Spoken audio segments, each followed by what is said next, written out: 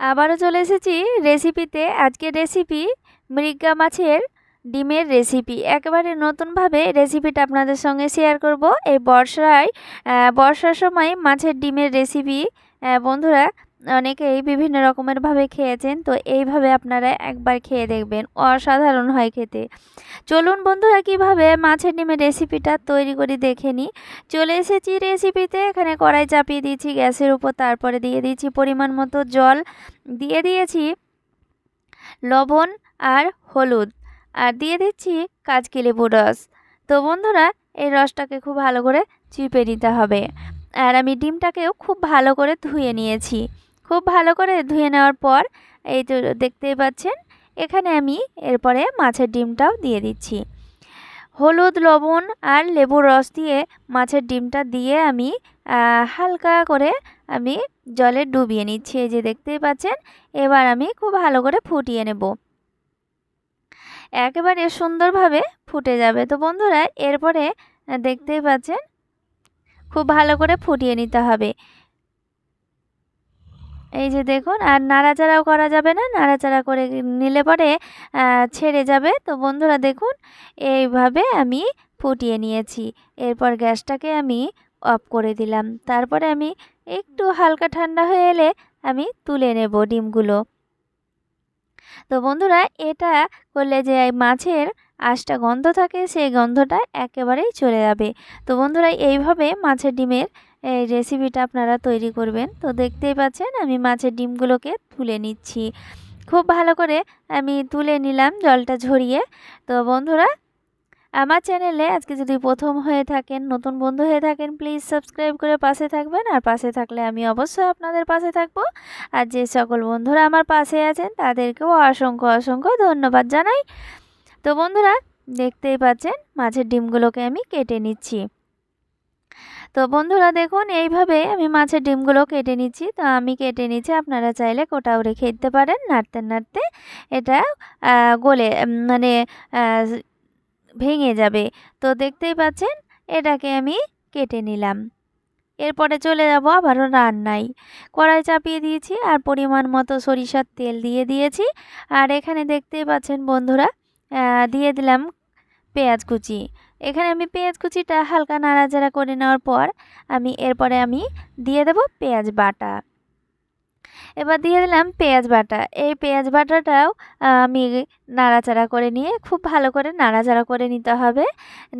নিয়ে এখানে দিয়ে দেব স্বাদ মতো লবণ, দিয়ে দেব হলুদের গুঁড়ো। তো এইগুলো দিয়ে আমি খুব ভালো করে কষিয়ে নেব। খুব সুন্দর করে কষিয়ে নেওয়ার পর এখানে আবারও দিয়ে দেব 1 চামচ করে আদা বাটা আর 1 চামচ রসুন বাটা। এখানে আমি দিয়ে দিলাম। এটাও খুব ভালো করে কষে নিতে হবে, যাতে আদা, রসুন, পেঁয়াজের কাঁচা গন্ধ চলে যায়, সেইভাবেই মশলাটাকে কষে নিতে হবে। আমরা জানি সবাই বন্ধুরা, মশলা যত সুন্দরভাবে কষা যাবে তত সুন্দরভাবে টেস্টটাও বের হবে। তো বন্ধুরা দেখতেই পাচ্ছেন খুব ভালো করে নাড়াচাড়া করে নিচ্ছি, আর মশলা থেকে তেলটাও ছেড়ে যাচ্ছে। তো বন্ধুরা তেলটাও ছেড়ে গিয়েছে। তো দেখতেই পাচ্ছেন এরপরে আমি দিয়ে দিচ্ছি পরিমাণ মতো জল। অল্প করে জল দিয়ে আমি এখানে দিয়ে দেব মশলা। এখানে দিয়ে দিচ্ছি লঙ্কার গুঁড়ো আর দিয়ে দিচ্ছি জিরের গুঁড়ো। তো আপনারা পছন্দ মতো ঝাল পছন্দ মতো দিয়ে দেবেন। তো বন্ধুরা মাছের ডিমে একটু ঝাল একটু বেশি না হলে ভালো লাগে না। তো বন্ধুরা এখানে দিয়ে দিলাম কাঁচা লঙ্কা। একটি কাঁচা লঙ্কাও দিলাম। তো দিয়ে আমি খুব ভালো করে মশলাটাকে কষে নিচ্ছি। এই যে দেখতেই পাচ্ছেন মশলা থেকে তেল ছেড়ে গিয়েছে। এরপরে আমি দিয়ে দেব সংরক্ষণ করে রাখা টমেটো। তো বন্ধুরা দেখতেই পাচ্ছেন সংরক্ষণ করে রেখেছিলাম এই টমেটোর। তো বন্ধুরা এখানে আমি টমেটোটা দিয়ে দিলাম। তো আপনারা কাঁচা টমেটোও দিতে পারেন। এখানে আমি কিছুটা জল দিয়ে দিলাম। জল দিয়ে আমি আবারও ভালো করে নাড়াচাড়া করে নিচ্ছি। তো বন্ধুরা মশলাটাকে খুব ভালো করে কষে নিচ্ছি, মশলাটাই হচ্ছে মেন, খুব সুন্দরভাবে কষে নিতে হবে। এরপরে আমি গরম মশলা দিয়ে দিচ্ছি, এখানে আমি শাহি গরম মশলা দিয়ে দিচ্ছি, আপনারা চাইলে ভাজা মশলাও দিতে পারেন। তো বন্ধুরা এখানে আমি খুব ভালো করে মশলাটা দিয়ে আমি আবারও নাড়াচাড়া করে নিচ্ছি। এই যে দেখুন, আর বন্ধুরা স্কিপ করে দেখবেন না, প্রথম থেকে শেষ পর্যন্ত না দেখলে বুঝতেও পারবেন না, প্রথম থেকে শেষ পর্যন্ত দেখার অনুরোধ রইল।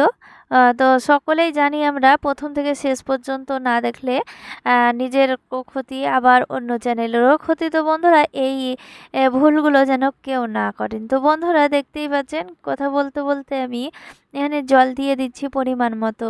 এখানে জল দেওয়ার পর আমি যে ডিমগুলো দিয়ে রেখেছিলাম কেটে, সেই ডিমগুলো দিয়ে দিচ্ছি। তো দেখতেই পাচ্ছেন বন্ধুরা, ডিমগুলো দিয়ে আমি হালকা করে নাড়াচাড়া করে নিচ্ছি। এরপরে আমি ঢাকা দিয়ে দেব,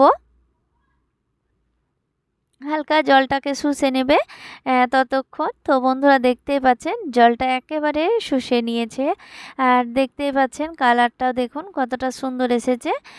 খেতে হয় বন্ধুরা দুর্দান্ত। এইভাবে আমি আরও কিছুক্ষণ নাড়াচাড়া করে নেব হালকা করে।